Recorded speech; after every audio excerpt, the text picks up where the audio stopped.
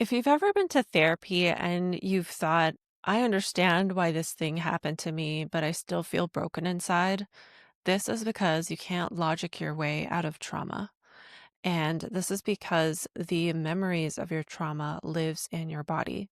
And when we have a history of toxic relationships, this leaves traces of trauma within our physical body that we can't just simply have mindset work erase, that we can't just simply erase with affirmations, that we can't just simply erase by sitting on our therapist's couch and talking about the past.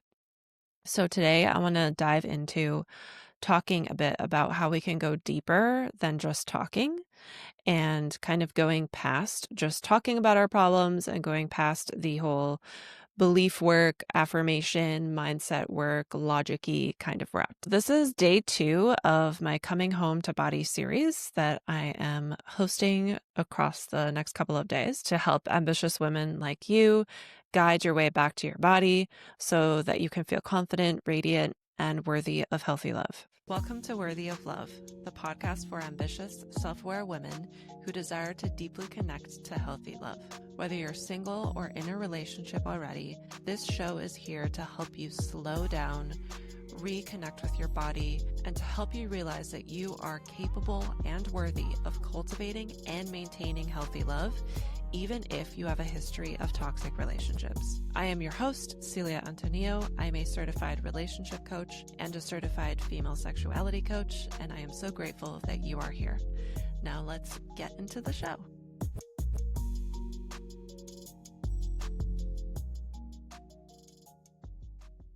If you're new to me, hi, my name is Celia. I'm a certified female sexuality coach, certified sex, love, and relationship coach, and I'm here to help ambitious women with a history of toxic relationships who desire to feel deeply connected to healthy love.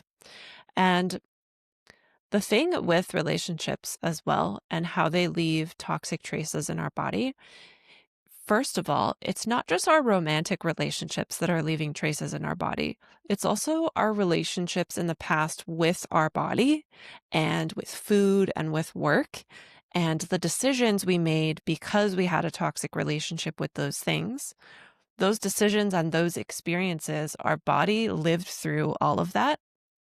And our body needs to feel these things. So a lot of people believe that emotions, when we don't feel them, that they get trapped in our physical muscles, and that if you make the space to feel it, that that energy can release. I've also seen people talk about like debunking that and saying how emotions are really only felt in the moment. And I am kind of in the middle with that. I do believe emotions are felt in the moment because I know that with the way the endocrine system works, your body is releasing certain hormones when you're stressed or when you're feeling calm or when you feel like you're in love, you're releasing like you have oxytocin in your blood. And in that moment, I feel like when you are feeling stress in the moment, your muscles respond to that by tensing up. And I think that if you are constantly in a situation where you're feeling stress, where traumatic things are happening, your muscles are so used to tensing up that then they probably just stay like that. So it's not necessarily like there's an emotion physically in there that you can like point to and be like, it's right there on that little string of the muscle. But I would say it's more of like a muscle memory of like this muscle in your neck has gotten so used to always being tense that it's just staying like that. And that there's this like subconscious thing there of not feeling the space to relax in the muscles. That's kind of like my thinking of it. And I guess that probably comes from my experience as a yoga teacher. Learning to relax your body is very much a skill, and learning to relax your body will definitely bring up some emotions. If your body is so used to being tense, then when you finally relax that part of the body, there might be, I feel like it probably brings this like wave of relief of like, oh, I didn't even realize I was carrying this around. And that can trigger an emotional reaction. It can trigger up a memory of why you were always tense in this area of your body. So again, like I also don't think it's necessarily like there's an emotion right there. Um, but it also kind of is, I guess. It's hard to explain because it's not like you can cut open a muscle and be like, right there, there's love and there's sadness and there's this and there's that. But there's also that very real experience of like if you are someone who deals with like chronic pain and like always has tightness in a certain area of your body, that's a very real experience. So let's go back into our topic of today. We're going to be talking about how the body keeps a score and how toxic relationships leave traces in your nervous system. And when I talk about trauma, I want to just very briefly discuss how we don't have to go through some huge, crazy event in order to have trauma. For the purposes of who might be listening to this show, I want to offer to you that simply existing as a woman can create trauma. Simply existing in the world as a woman can be traumatic, and in my opinion, is traumatic. Think about the very first time you were receiving attention that made you feel unsafe because your body was changing due to puberty. That's traumatizing. If you're a woman who wasn't educated on what changes would come to her body, and then one day you got your first period and suddenly you're like, oh my gosh, I'm dying. That's traumatizing. Going out into the world and being in the workplace and being belittled, not being paid enough, or realizing that you're being paid less than your male counterparts, and maybe having males take credit for your ideas, like all of the stuff that women have to deal with in the workplace and in corporate environments, that's traumatizing. And I don't think that's necessarily talked about as something that's traumatizing. A lot of us were never given the space to have our experiences validated. And I think because of societal conditioning, a lot of us have very similar experiences. This is why the Me Too movement was so big, because a lot of us have had an experience of abuse. It's something that is very much ingrained and has been ingrained in our society for a very long time. And something like therapy or belief work, or even just like talking about your problems with your friends, can give you that space to be validated. And that is so, so, so powerful. And then again, going into somatics and embodiment allows you to deepen that transformation even more. Because again, understanding isn't the same thing as healing. You can know that, like, for example, you can know that your partner isn't your ex, but your body still might tense because your ex was very toxic and maybe toxic relationships is all you're used to. So you know your partner isn't your ex, but yet your body is still tensing and your stomach is still getting in knots and your heart still races when you need to bring up a big topic of conversation, or if there's some certain situation that comes up that maybe your ex-partner never handled well. The insight of my partner is not my ex lives in your brain, but the trauma where your body is tensing, your stomach is knotting, your heart is racing, that lives in your body. So if you've gone to therapy and you've gotten to this point of like understanding, but like not feeling worthy, I first want to say that before we dive into talking about embodiment work, I am not bringing up this topic to discredit therapy or to discredit doing mindset work or to discredit like things like affirmations or exploring beliefs, which is the same as mindset work. I think those things are very powerful and very important. I think therapy is something that helps us name patterns, understand the past. It helps us kind of label things in a way where if you have your start in therapy and in belief work and in mindset work, it can act as a very solid resource for when you move into the more emotional, somatic embodiment work. Because as emotions come up, you might know oh, this here it is. Here's the inner child, and she's just feeling what she didn't want to feel in the past. Whereas if you dove straight into some somatic practices and you felt these emotions and didn't really know why, it might be an unsafe experience. It's probably not like that for everyone. However, a mini way that I feel like a lot of us get our start in somatic and embodiment work is very much illustrated in how starting a practice like yoga or meditation is super life-changing.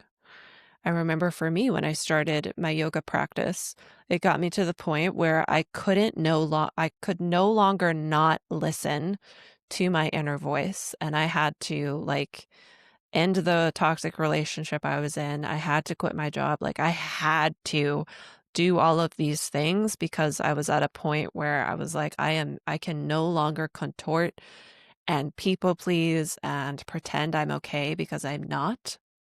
And I am no longer going to be afraid of going and doing the things that I deeply desire to do. And yeah, so I feel like yoga and mindset work is kind of like an entry point into some of these things, into somatic work. It is somatic work, actually. Yoga is somatic. Yoga is embodied. And you can be very disembodied even though you regularly practice yoga. That is totally a thing. You could also be at a certain level of embodiment and be practicing yoga. And then over time, maybe eventually you get exposed to somatic work or embodiment work. And then you learn to drop even deeper into your body, and that can change your yoga practice. Okay, so therapy is an incredible tool. Doing mindset work is an incredible tool, really investigating your past and noticing why certain things show up for you. It is very powerful. However, having insight on those things is not integration. Understanding is not the same thing as healing. You can know exactly why you shut down when someone raises their voice, but still have difficulty not doing that after you've realized that this is what you do, right? I also do think that doing belief work and doing mindset work and being in therapy, especially if therapy is always done with someone else, but especially if you're also doing the mindset work and the belief work with someone else, I feel like it can give you an embodied experience in a small way.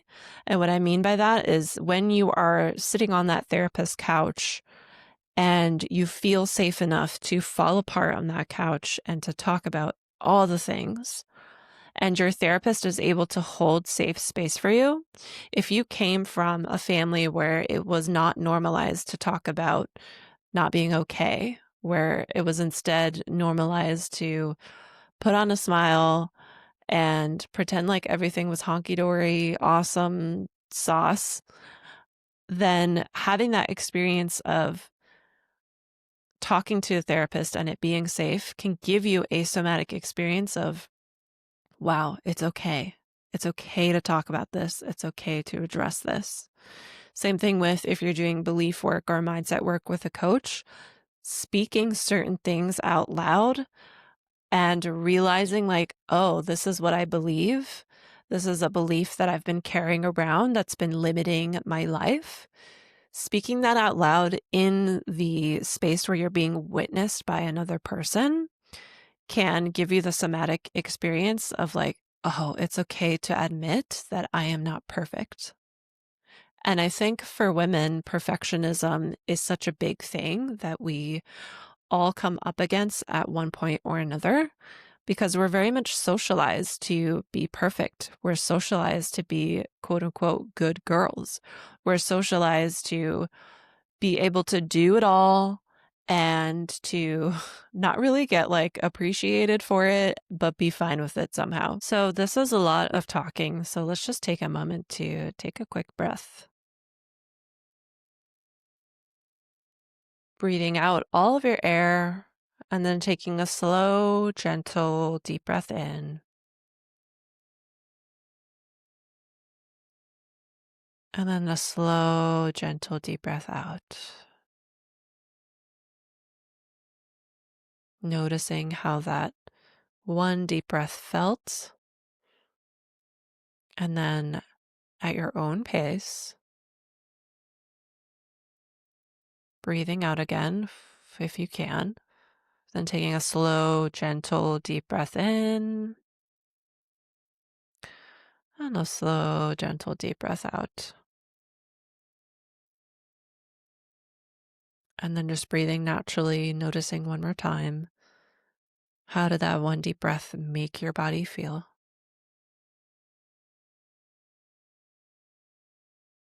And then again, when you're ready, exhale and then take a slow, gentle, deep breath in. Slow and gentle, deep breath out.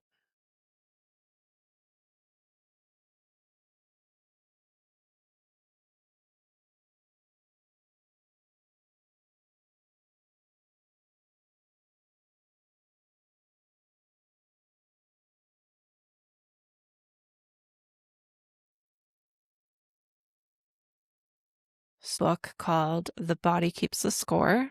It's by Dr. Bessel van der Kolk. In this book, trauma is talked about as not just a story about what happened, it's talked about as an imprint left on your nervous system. And again, that imprint can come from something as simple as simply existing as a woman in our society. And this imprint on your nervous system changes the way that your body processes threat, safety, and intimacy. So your body has received in the past a message of like, this thing is a threat. And so moving forward, you're always going to think, oh, when that happens, I am unsafe. That is a threat. I am unsafe. And this is why women who leave toxic relationships and finally find themselves in a healthy relationship can still feel triggered and unsafe, even though their partner is a safe person. Their body is stuck in survival mode. And again, bringing it to societal, we live in a culture that teaches women to intellectualize, to be good, to be rational, to not make a scene. But our body doesn't care about social rules. You can't think your way out of trauma because your nervous system isn't listening to your thoughts. It's listening to sensations, to memory, to survival cues.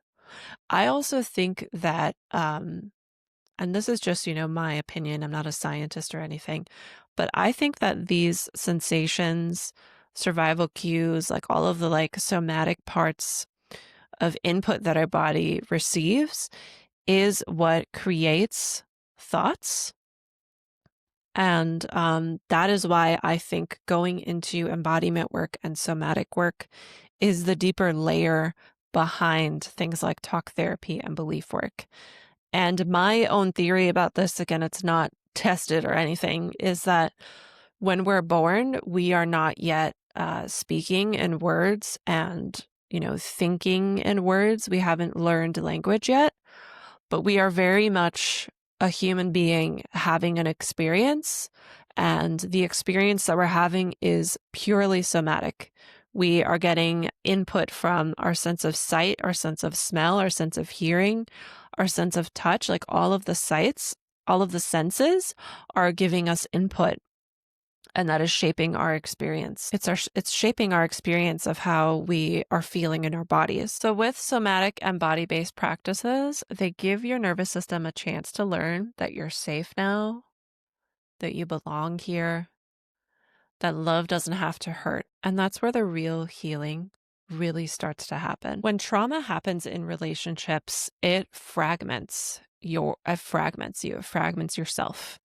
And what this really means, like in a real concrete example, is let's say you are in a relationship and you think everything is going great. And then suddenly this partner is like raising their voice and being violent, right?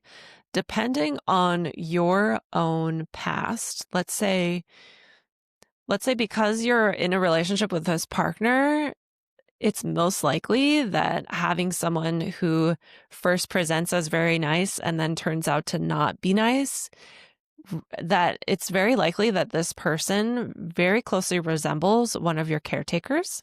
And because of that, this kind of behavior is so normalized. So when this happens, you're in this relationship and that trauma happens where the person switches and they're not treating you nicely, yourself gets fragmented by you acting like you're okay, even though you're not.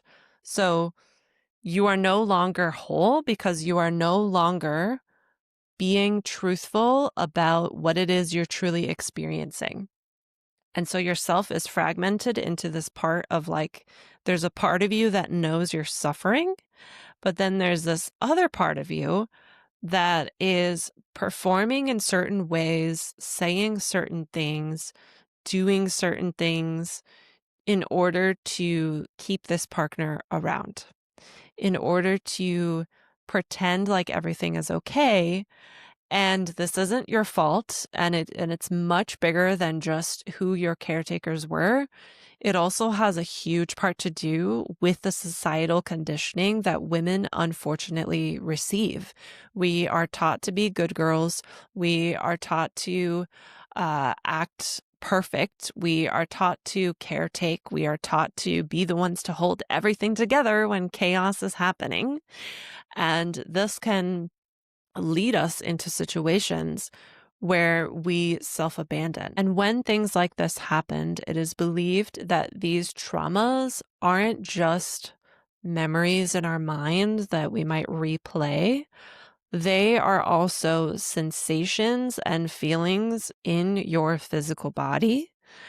And you could go to years of therapy and just talk about it and be disconnected from your body and the emotions with the memory and have a full understanding about why XYZ happened, but still feel unworthy, still not feel confident because you haven't taken that understanding down into processing your past, into being like, okay, I'm going to go back and I am going to pretend like I am in that situation of that relationship where he was nice and one day he just switched. I am there. What do I feel in my body? How can I maybe, imagining what I find so fascinating is imagining yourself standing up for yourself in situations where you didn't is actually super powerful. Because the thing is, the past doesn't actually exist right now. The past doesn't actually exist right now. The past is just existing as these like memories in your mind and these feelings in your body. And so, what I found very cool with going through a coaching certification and learning how to do this kind of work where you guide a client back to a memory, or you even guiding a client to like you're imagining your inner child or imagining that like your mom is right there in front of you. And because it's imagination, she's not actually here. You can like really say everything that it is that you want to say. It's so fascinating that using the imagination in this way it works. But I think embodiment and somatics is why it works. Because as you imagine, your body is having that physical experience of like, I'm imagining this person in front of me. I'm mad at this person. And even though they're not here, I am going to stand up for myself and say all the things. I'm not going to worry about being politically correct. That gives yourself some soothing and some grounding because at least you are giving yourself a space where you can express yourself. And then I think that puts you in a better space to deal with relationship situations, whether it's romantic, friendship, family. When you take that time to process it in a messy way, your nervous system can start to relax and you can ground. And when you are in that space of being relaxed and being grounded, you are much better at critical thinking. You are much better at communicating in a more compassionate way.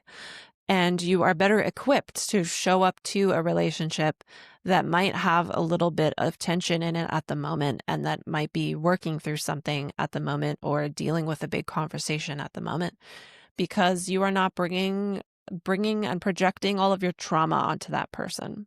I hope that makes sense.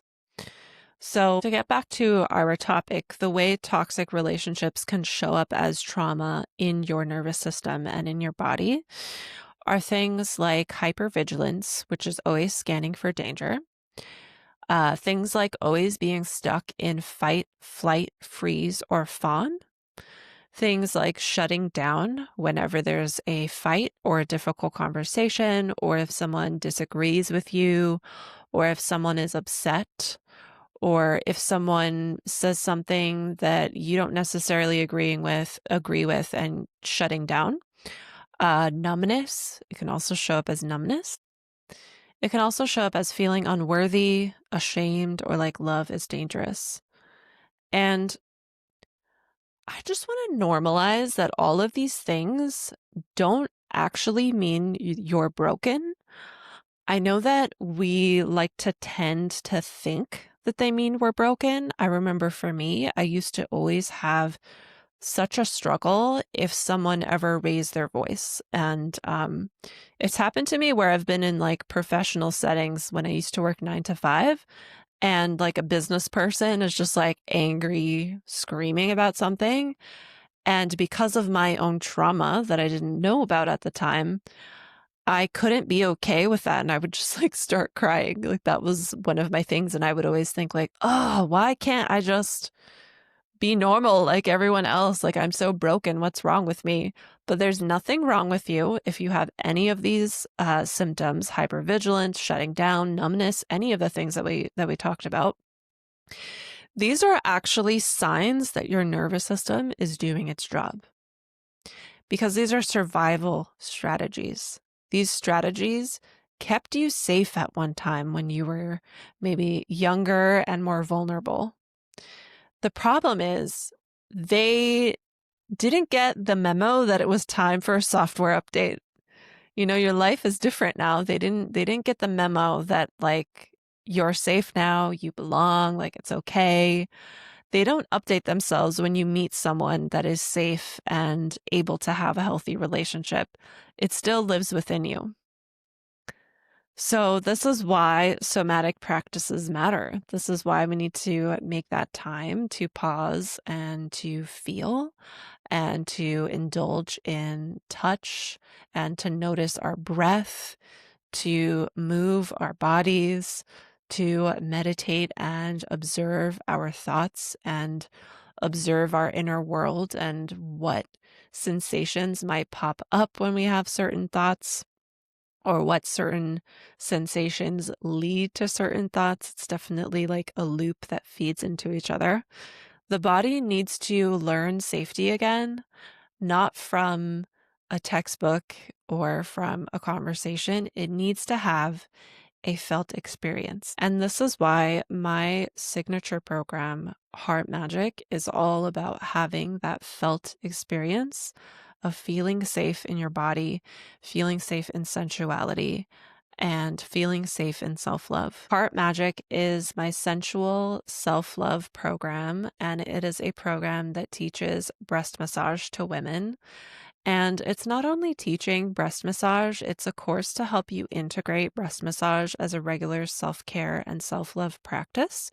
So there are other tools in there for resourcing, there are embodiment tools in there, and it really is intentionally designed for you to get to a place where you feel safe and grounded in your body, and where you recognize that you are worthy and have been worthy this entire time.